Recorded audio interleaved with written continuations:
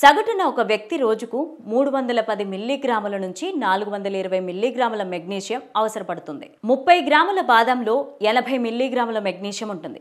అలాగే 30 గ్రాముల జీడిపప్పులో 72 మిల్లీగ్రాములు, 30 గ్రాముల వేరుశనగలో 49 మిల్లీగ్రాములు, 30 గ్రాముల గుమ్మడి గింజల్లో 150 మిల్లీగ్రాములు, చెంచాడు అవిసె గింజల్లో 40 మిల్లీగ్రాములు, అరకప్పు మొక్కజొన్న గింజలు 27 మిల్లీగ్రాముల మెగ్నీషియం ఉంటుంది. అరకప్పు ఉడికించిన శనగల్లో 60 మిల్లీగ్రాముల మెగ్నీషియం లభిస్తుంది. వీటితో పాటుగా కంది, పెసర, మినప, శనగపప్పులో మెగ్నీషియం సమృద్ధిగా ఉంటుంది. పాలు, పెరుగులో కాల్షియంతో పాటు మెగ్నీషియం లభిస్తుంది. ఒక కప్పు పాలలో 27 మిల్లీగ్రాములు, పావు కిలో పెరుగులో 42 మిల్లీగ్రాముల మెగ్నీషియం ఉంటుంది. ఆకుకూరలు, కూరగాయల్లో మెగ్నీషియం అధికంగా ఉంటుంది. అరకప్పు ఉడికించిన పాలకూరలో 78 మిల్లీగ్రాములు, అరకప్పు బఠానీలలో 31 మిల్లీగ్రాములు, అరకప్పు బంగాళదుంపల్లో 48 మిల్లీగ్రాముల మెగ్నీషియం ఉంటుందని నిపుణులు చెప్తున్నారు.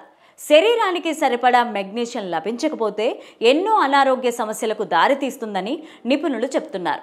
ఎముకల బలం తగ్గుతుంది, గుండె సంబంధిత వ్యాధులు వచ్చే అవకాశం పెరుగుతుంది, నాడీ వ్యవస్థ పనితీరుపైన దుష్ప్రభావం పడుతుంది, మానసిక ఆరోగ్యం పైన కూడా ప్రతికూల ప్రభావం పడుతుందని పలు అధ్యయనాల్లో వెల్లడైంది.